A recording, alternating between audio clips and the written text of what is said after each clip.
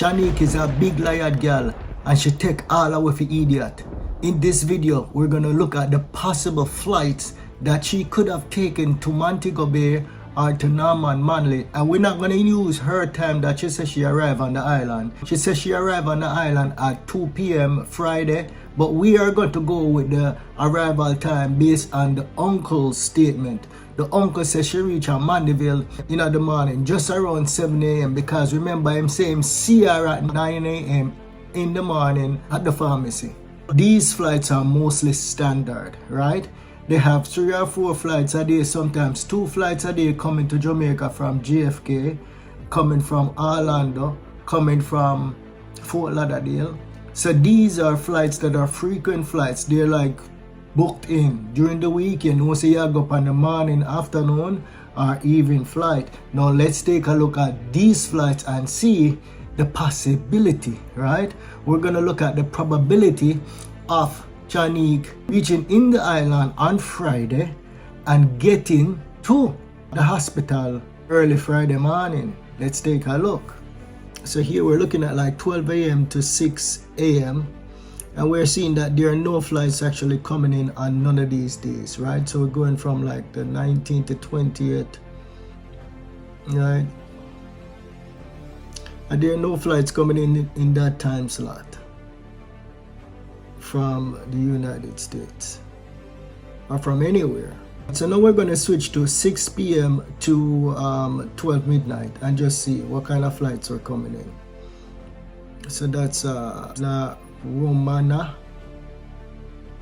So that's like from 6 p.m. to 12 midnight. So here we have London flights coming in, yeah. 6 p.m. This is to Donald Sangster's airport in Montego Bay. So these are our London flights. So this is from the 6 p.m. to 12 midnight.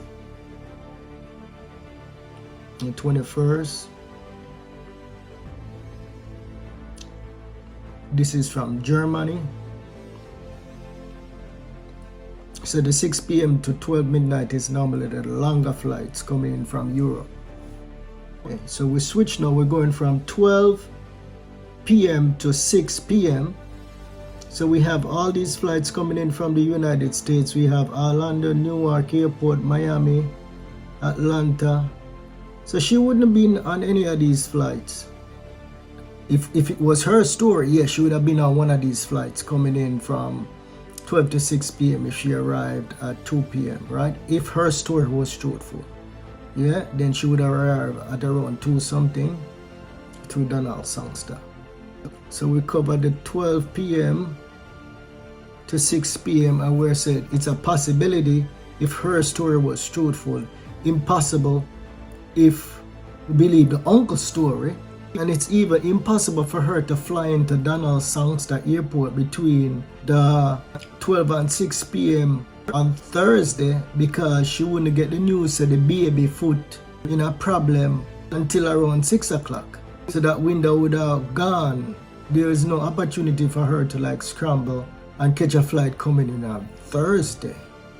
So I would say I would rule out if she actually flew into Donald Sangster's on the Thursday.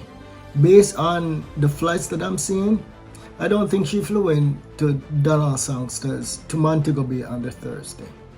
She did not. If the uncle never opened his mouth and spilled the beans, it is plausible, right, that she would have flown to Donald Sangster's on the Friday and landed at 2 p.m.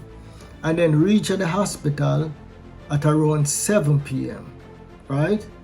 But the only flight that would actually agree with the uncle's statement would be that flight coming in from JFK. And that is a standard flight, standard early morning flight coming in from JFK. That is the flight that she would have catch, saying that she lives somewhere in the New York City area. That would be the flight that she would have catched Thursday night after hearing everything that went down. So 9 p.m., 9:30, that flight leave JFK and arrive at Norman Manley International in Kingston, rushing out of New York City hear the news about your baby, you're rushing, you don't have no time for pack, nothing. Jump on the flight, first flight out of New York City, in a Norman Manley, reach a Mandeville hospital early in the morning to relieve her mom. That is the only possibility that I see. Chacha, it's rough, it's tough. It's a sad day. It's a sad day. You see, I don't call for jungle justice. Jungle justice, you can beat the wrong person, convict the wrong person in the court of public opinion.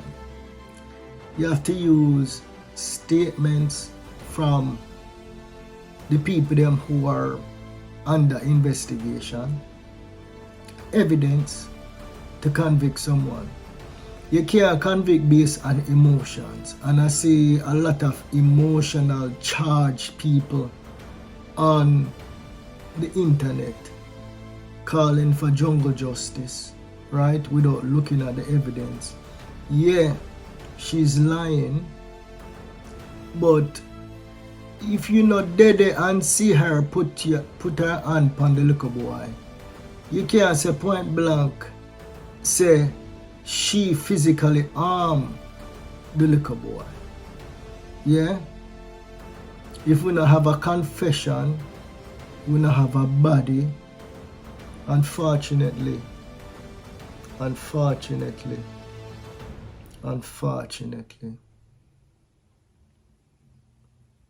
Hear me no Yard Boss TV. Yard Boss, you're the hard boss. Listen me now.